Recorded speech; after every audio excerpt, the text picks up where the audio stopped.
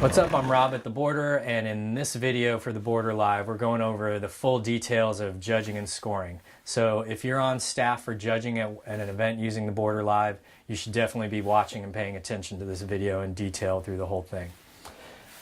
In our whole series here, we've been running a sample event called the Sample Qualifiers. The start lists have already been set up, the riders have been arranged and all that, and the judges have already been set up. So by the time you go to log into the app, your event organizer should already have all this set up for you. The person organizing the event that's doing registration and check-in and all that will have the event set up, they'll have the riders registered, the start list arranged, and they'll have the judges set up, which will be one of you, ready to go. So what you're going to do is on your phone, iPad, or whatever tablet you're using, you're going to log into the app and then go to staff scoring on the menu. So once you go to staff scoring, you're going to see the list of events available for judging.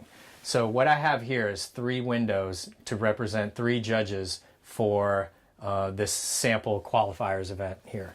So after you choose the event you're actually going to judge, you're going to pick which judge you are. So on this first one, I'm going to be this first dude right here. On the second judge sample screen, I'm going to be this dude.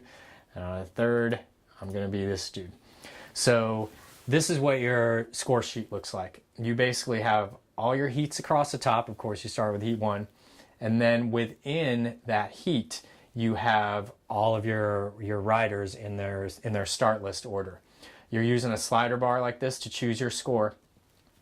And then submitting. Pretty simple there. What I have going on here on the left is the announcer screen. This is what your announcer and event organizers are all going to be looking at and paying attention to follow the progress of the event and to run the event, and of course to know who to call in next and all that.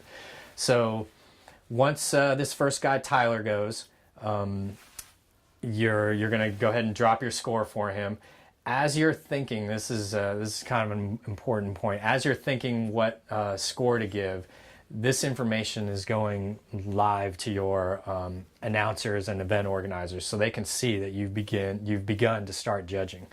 So here I'm just going to give, for the first judge, I'm going to give Tyler a 76. You get a little confirmation that your score is submitted. Over here on the announcers and contest administrators side, they see that you have actually completed and submitted your score. They can see the other 2 judges are still thinking. Now I'm going to go to the other 2 judges, submit their scores over here, and now your event organizers and everybody else out there can also see that all 3 judges' scores are in.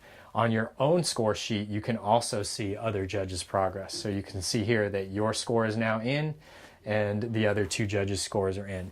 And now you're ready to move on to the next rider in the contest. You do have the flexibility of deleting and resubmitting your score after you submit it. We built that flexibility in there on purpose.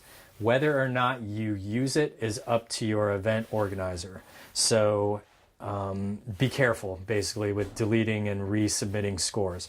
If you have an event with live and public scoring, like if this screen is out there to the audience, you do not want to be changing scores after you submit them. You consider that score sent, public, gone, unchangeable.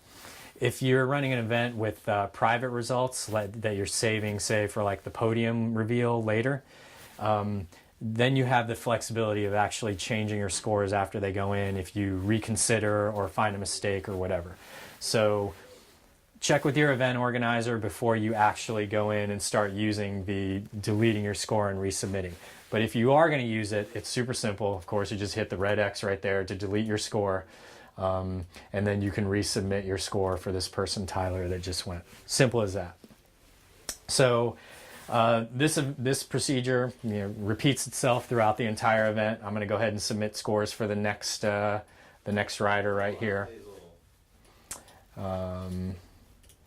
And you can see now that all the announcers' screens and leaderboards update. Another thing that could be happening while your event is going on is start list changes. If you get to a point where the next person in the start list either isn't here, needs to drop out of the contest, or be moved to the end or something, your event organizer is going to be the one doing that. So right here on Heat 2, I could actually go ahead and drop Ryan DeCenzo. I'm going to go over here and pull up Heat 2 on your scoring sheet. I'm going to drop Ryan DeCenzo right here. This is the event administrator dropping Ryan DeCenzo. So what you're going to see is your score sheets will automatically update. There's no refreshing needed or anything. You're going to automatically see Ryan DeCenzo drop right out. And now we have Hugo as the only person in Heat 2, and your score sheet over here, of course, matches that. So you'll be kind of, hopefully sitting within proximity of your event organizer and kind of coordinating this in person too. But you'll see automatic updates to your score sheets as each person gets moved around if needed on the start list or dropped. And all the way at the bottom of your score sheet, you can see a quick overview of the event progress. Down here, you can see each rider, the heat number they're in, and whether or not scores have been in. So right here, you can see Tyler and the second dude have all 3 scores in from all 3 judges. You're still remaining 2 more people in run 1. Nobody in run 2, 3, 4, and 5 has had any scores put in. So that's a quick way to find your way back to where you're at in the progress of an event. And of course, you have access to the leaderboard to see what the scores are and stuff. So right now you can see the first place score, of course, is a 70, and that's what's needed for someone to win the event at this point. That is pretty much it for judging. I'm Rob at theboardr.com. Hit me up with any questions. Thanks for checking it out.